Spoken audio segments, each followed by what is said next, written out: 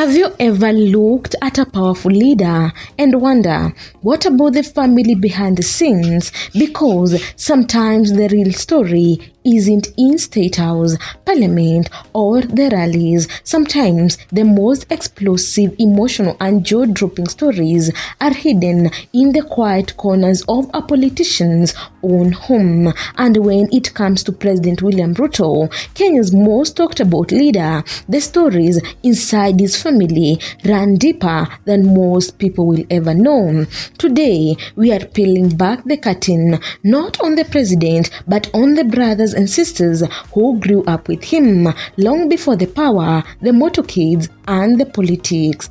This is the story of William Ruto's siblings, Paul, Samuel, Susan, Harrison, and David, and the wildly different lives they ended up living. Let's get into it. Welcome to TMN Media, and remember to subscribe. Now, President William Ruto never grew up in the luxury he lives in now. His family struggled deeply. They were raised by parents who preach about hard work, faith, and discipline. And because of that upbringing, each of the children was forced to carve their own destiny. But what's shocking is just how different those destiny turned out to be. Take the eldest brother, Paul Maritim Cheriot. Paul is one of the siblings who has remained exactly where the family began, Sugoi, while William climbed the political ladder all the way to the presidency. Paul chose simplicity. He leads a quiet life, modest, humble, almost untouched by all the noise surrounding his younger brother. Sources say Paul has no interest in power, connections, or wealth. He doesn't chase influence, and he keeps away from his brother's spotlight. Unlike many families of powerful men, where relatives scramble for favors or position, Paul stays in his lane. He watches from a distance. He minds his own business. His life is a reminder that not everyone wants a piece of the big cake. But not all the siblings took that route. Enter Samuel Ruto Cheriot, one of the most successful members of the Cheriot family. Behind the scenes, Samuel is the businessman in the family, the one who invests, spreads across multiple industries. He not only built himself from ground up, but he is also reportedly involved in overseeing the interests of the larger Ruto family.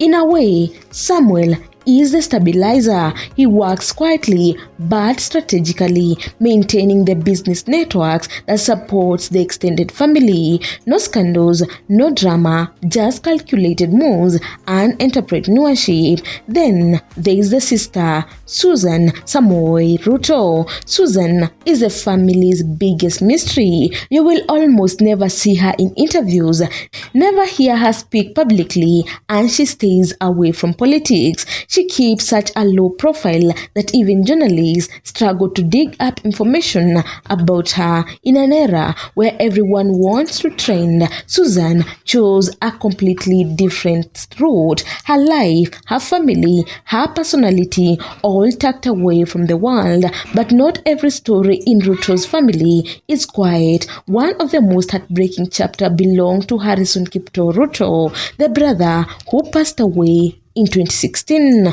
Harrison's death from kidney cancer shook the family deeply. The funeral was attended by many, and for a moment, politics never mattered. This was a family mourning their own. Harrison's passing was a reminder that even public figures suffer private pain. Behind the headlines and political wars, they still bury their own. They cry and they break just like everyone else. But one sibling took a completely different route in life. That is David Samoei Ruto, the youngest of them all. David never entered politics. He never built business in Eldoret. He didn't stay in Sugoi. Instead, he moved all the way to the United States, where he built a life far from Kenya's political heat. Today, David is a financial manager in California, educated, polished, and working in corporate America. He even holds a master's degree from Capella University. While his elder brother became president, David became an international professional. Two different worlds, but both shaped by values their mothers instilled in them. Now here is where the story becomes interesting. While most Kenyans know William Ruto as the man of the people, the hustler who rose from selling chickens to State House, his siblings each carry a piece of the family's history in ways many people had never heard before. The poverty the family faced wasn't mild. They fought through real hardship, lack of resources, limited opportunities, and health challenges, but their parents pushed them through it with strong Christian foundation. It's the type of upbringing that produces resilience, but it can also produce deep differences in how siblings choose to live their lives. Some chase success, some choose peace, some struggle quietly, some leave the country entirely, some face tragedy. The Ruto siblings represent all these paths. The truth is, even though the president is the face of the family, every brother and sister has lived a life powerful enough to have its own storyline. Paul, the quiet one who chose simplicity. Samuel, the entrepreneur with business power behind the scenes. Susan, the ghost, unseen, unheard, undisturbed.